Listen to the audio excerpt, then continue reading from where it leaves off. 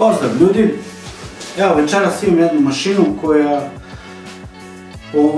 u pitanju je HP Pro 6305 Compact, brand je mašina u pitanju.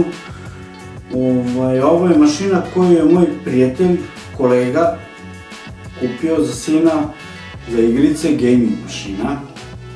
Sad ne znam da li je na KP-u kupio ili ovako je kupio od nekog, ne znam. Samo znam da ovoj mašini, ovo ipak moje neko mišljenje, nije gaming mašina, ali može da bude, eto, pokazalo se da može da bude, a zašto ja to mislim, pogledajte u nastavku videa.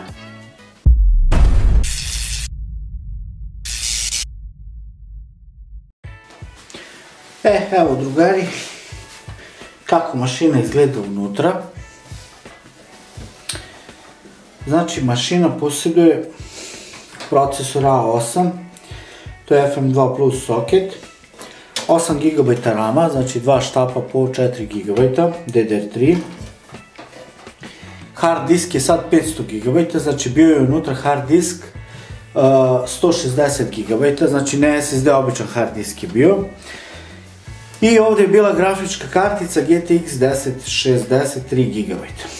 Ja sam izvadio iz mog računara, pošto ja koristim isto GTX 1060, ali moja grafička kartica je malo veća i ne može da uđe tu.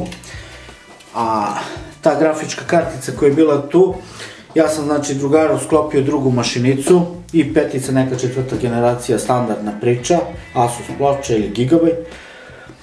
I njegova je grafička kartica bila manja, znači mislim da je Gigabyte bila ili ne znam šta beše, manja je bila i tačno je stajala i ona je bila baš knap onako što se kaže.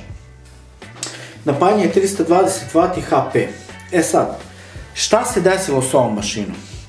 Desila se priča da je, on me jednog dana zvao i kaže neće računar da se upali. Donao mi računar, ja sam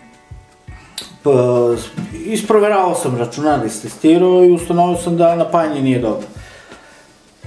Šta se dešava sa ovim brand napajanjima? Znači ovo je kompjuter koji ima napajanje koje nije standardno. Šta to znači? Evo sad ću da vam ja lepo demonstriram to. Evo ovako. Ovo su kablovi kojim se napaja ploča.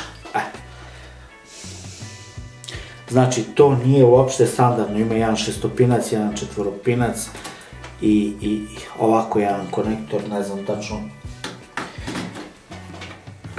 kako se zove, ali tako da znate, on nije znao i on je kupio ovu mašinu kao što sam rekao, znači koštala ga je 300 €.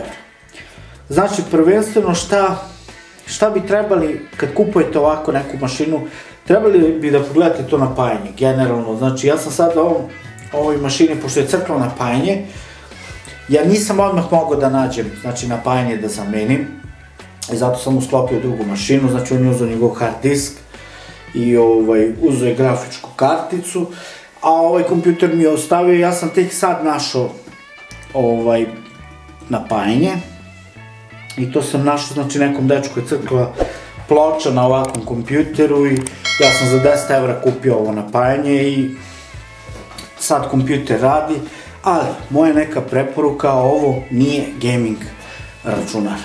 Znači ovaj procesor jeste bio nekad dobar, moj sestrić je recimo na ovakvom procesoru samo neka standardna Gigabyte ploča, prije par godina igrao je LOL, znači ono ima dobro tu integrisanu grafiku, ne možete da očekujete nešto od te grafike da to bude bum, ali može da posluži za neki tako lagani gaming, eto. Tako da, kad budete kupovali računar, otvorite četvoro očiju da ne bi kupili ovako nešto za toliki novac, mogu da kupi mnogo bolju mašinu, ali dobro, opet, eto, naučio nešto, kao što se nadam da ćete i vi da naučite iz ove priče i da se ne susretnete sa ovakvim problemom. Evo drugari, dođi smo do kraja videa. Nadam se da ste nešto novo naučili, da sam vam nešto pokazao i doprineo ovim videom. Ovaj kompjuter ćemo najverovatnije nekom da poklonimo. Znači, volao bih, vidjet ćemo u nekom narednom videu kako ćemo da nađemo neki model, kako da se neko od vas javi kome je potreban računar i mi ćemo da ga poklonimo.